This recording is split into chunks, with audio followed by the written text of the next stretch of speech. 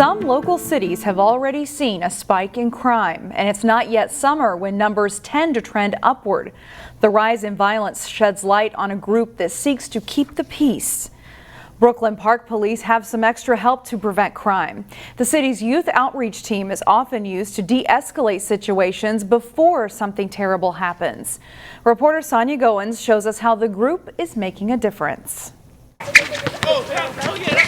The Zanewood Recreation Center basketball court is packed with teens and members of the Brooklyn Park Youth Outreach Team. We're out here daily building connections, and we play basketball with them for 4 or 5 hours a day. This is more than a pickup game. Just trying to preemptively build relationships and engage with them in spaces that are welcoming and comfortable for them.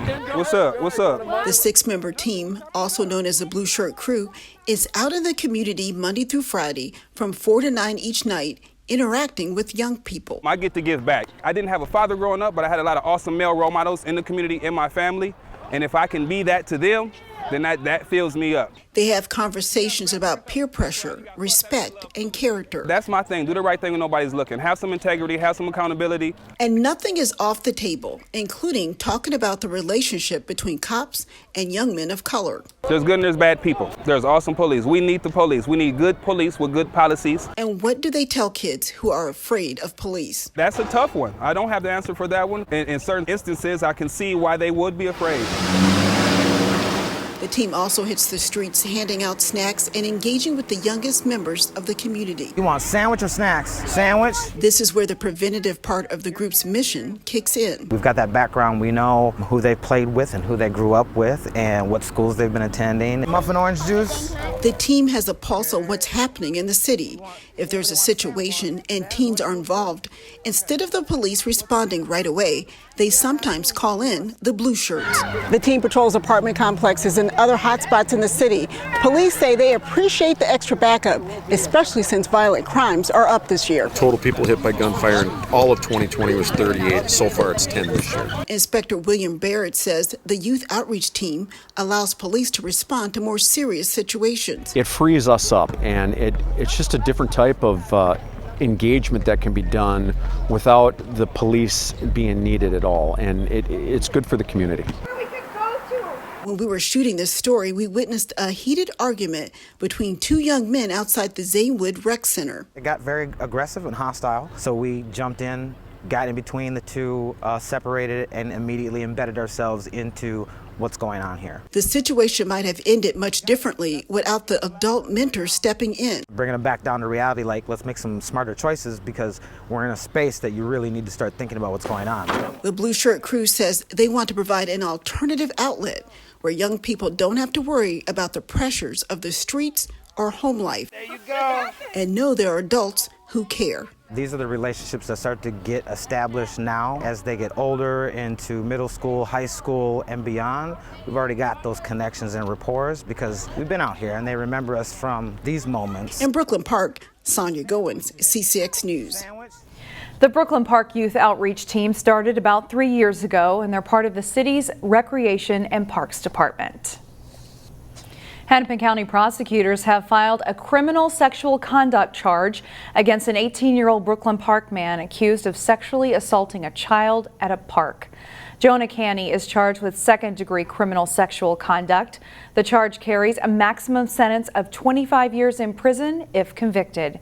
Canny is accused of assaulting a 6-year-old child at Willowstone Park last Wednesday. Police say the child's family spotted the victim and the suspect coming out of a portable restroom. Police arrested the suspect at his home near the park. A tip from a resident led to the arrest. As horrific as this crime was, we're extremely happy the way our community responds. We have a great community here in Brooklyn Park, and they are very united, and it is no surprise to us that when we call them to action to be able to help us find suspects and make our community safe, our community stepped up, and we're very proud of them. The suspect does not have a prior criminal history of sexual assault, though police say there were accusations against him. Meanwhile, authorities have identified a Brooklyn Park woman killed in a Memorial Day weekend crash. 21-year-old Asia Brown is identified as the passenger of a vehicle that slammed into a light pole early Saturday morning in northeast Minneapolis. Both Brown and the driver had to be extricated from the vehicle. The The driver, who has not yet been identified, remains hospitalized.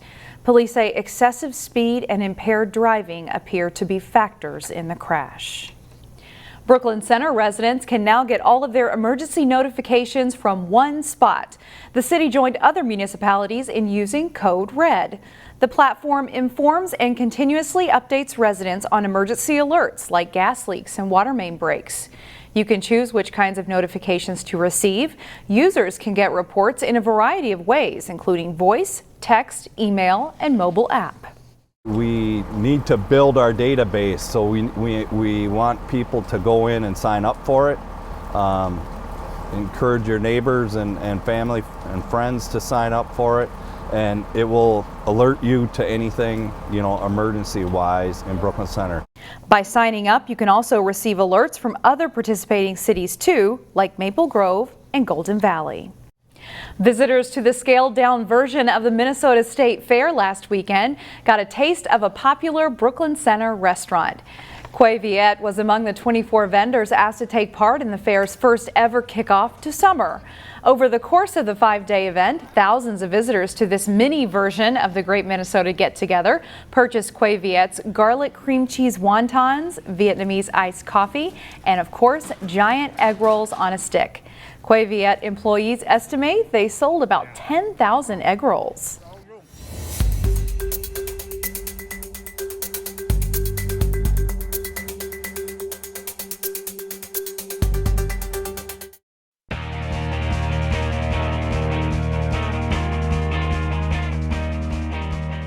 It's a sprint to the finish for spring high school sports as playoff competition heats up this week. It was a very good regular season for the Maple Grove girls lacrosse team. In this week's CCX Sports Spotlight, we feature a sister act that helped lead the Crimson. Need a goal? Call on Goetsch. Need to stop a goal? Also Goetsch. Maple Grove twins Bridget, the goalie, and her younger sister by 2 minutes, midfielder Becky, are key parts of the Crimson's Northwest Suburban Conference Championship girls lacrosse team. They bring so much energy on the field, both of them, especially Bridget on the defensive zone. She definitely helps us defenders know where the ball's at and what we should improve on. And Becky's so good running up and down the field, playing midfield, and always gets back on the defensive zone, and just their communication and energy just brings so much to our team. The Goetsch sisters, of course, have a lot of similar traits, but there are some differences too. I would definitely say we have some similarities that kind of show just things we say or things we do, but we're definitely opposite people, but I think we work really well together on and off the field, and I think we just bring out the best in each other as we've grown up. I mean, she's more blunt than I am, I'd say.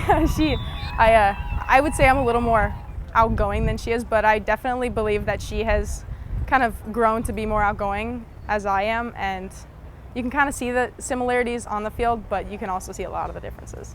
Both girls played hockey growing up together too, with Bridget continuing through her senior year. Left side, shot away. Oh yes! Bridget Goetsch. In lacrosse, Bridget's been a goalie since she started playing, and the differences in the Goetsch twins partially explains why. I would think the only thing that would make me see more of a goalie is just I kind of am a lot less scared of things than she is. Very true. I've suited up in her gear sometimes, and it's a lot of ducking from the ball, but she's very brave, and I applaud her for that. I don't think I would be able to be in the position that she is and do it quite so well as she does. Becky leads the Crimson in scoring, having entered their last regular season game with 37 goals.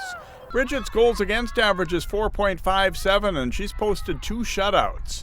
They've made each other better for sure. So she's definitely taught me how to make a goalie bite and then just place it in a different spot. I mean, she's really been able to critique me when I do make those mistakes, and I've also been able to kind of expand her skill levels. Definitely when I was younger, she would beat me up a little bit, but as we've grown older, I can help her pick corners, and we both get to work on each other's weak spots and just keep improving each and every day. Maple Grove is a strong contender to win the Section 8 title and get back to the state tournament.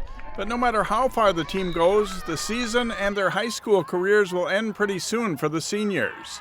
And the Goetsch sisters will go their separate ways for college. Bridget will play lacrosse and likely study computer science at Regis University in Colorado, while Becky will play lacrosse and study nursing at Wisconsin-Eau Claire. It's going to be strange to be apart.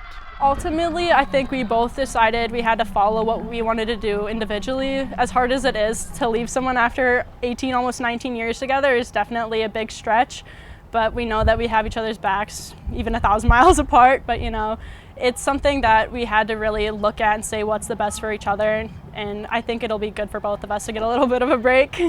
It's gonna be hard. I know she'll probably handle it a little better than I am. She's a little more independent, but I know that through FaceTime and through texting and through probably a couple visits to Denver, I'll be able to handle it, and it'll help us grow on our own as well, which will be really important. Help us develop as our own individual person rather than just us two together. Maple Grove finished the regular season 12-1. They were 12-0 in Northwest Suburban Conference play to win the conference title. The Crimson earned the #1 seed for the Section 8 tournament. They start section play Thursday when they host the winner of the Brainerd-St. Cloud first-round match. That's all for sports. I'm Jay Wilcox. Find more prep sports games and highlights at ccxmedia.org.